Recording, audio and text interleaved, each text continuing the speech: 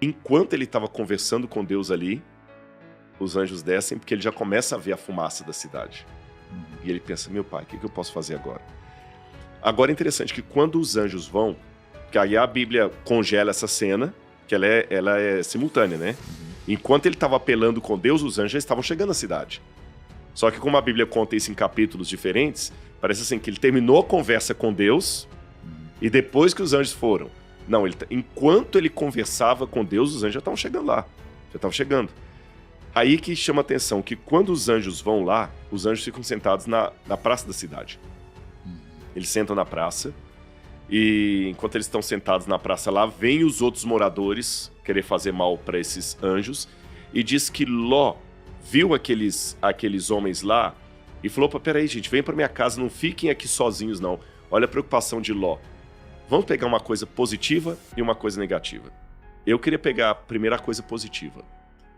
Ló, apesar de estar numa cidade promíscua, tinha aprendido com Abraão a regra da hospitalidade. A regra do altruísmo. Olha que interessante. Por mais que Ló estava, de certa forma, contaminado, tanto é contaminado que ele quase entrega as filhas dele. Sim. Pelos forasteiros ali, né? Então ele já estava contaminado. A família estava tão contaminada que ele tinha outras filhas casadas, porque fala de genros, e ficou todo mundo para trás. A própria mulher dele. Então ele já estava contaminado. Mas algo do ensinamento, permitam-me dizer, paterno de Abraão ficou. Ele teve com aqueles homens na praça o mesmo cuidado de proteção e hospitalidade que Abraão teve com eles quando passaram também no deserto. Não, vocês não vão andar sozinhos por aqui, não, vem para cá. Ele nem cobrou pela refeição. Ló ainda tinha isso. O senso de justiça, de proteger aqueles homens. Agora tem um outro lado interessante. Quando eles estavam sentando aqui, olha o que diz o capítulo 19, verso 1. Ao anoitecer, os dois anjos chegaram a Sodoma. Ló estava sentado junto ao portão da cidade quando viu os homens. Esse detalhe aqui é importante. Ló estava sentado ao portão da cidade. Isso aqui é uma expressão idiomática da Bíblia. Sabe quem sentava no portão da cidade? A elite. Os governadores, os anciãos do povo. Por quê? Era literalmente o portão? Literalmente o portão. Como eu não estou com uma cena aqui para ilustrar, mas eu acho que vocês vão entender. A gente tem Ló estava sentado na porta da cidade. Então você está falando que Ló ele fazia parte da elite de Sodoma. Por quê? Todas as cidades do Oriente Médio, elas tinham uma porta. É como se fosse um castelo. Um castelo medieval. Tá? Tem a muralha e tem aquela porta. E nessa porta, geralmente as portas que a gente vê, elas têm 2 ou 3 nichos onde funcionam 2 coisas. De um lado, fica a aduana. Você entra na cidade, você tem que tributar. Você sai da cidade, você tem que tributar. Igual no Brasil. Né? Pedágio, né? É da Receita Federal. Você chega de avião, o primeiro lugar que você passa lá é a Receita Federal. Depois Duty Free. Olha as 2 coisas. Receita Federal e Duty Free. A mesma coisa.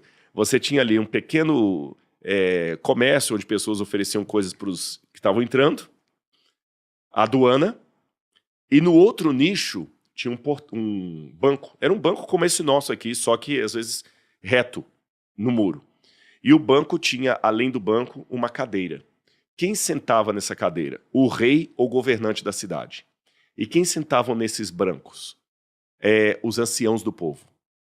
Eu posso dar vários exemplos disso para você. Por exemplo, a história famosa de Ruth e Noemi, quando a Ruth vai negociar o casamento com Boaz, ele vai até o portão da cidade, se assenta junto com os anciãos e pede para negociar.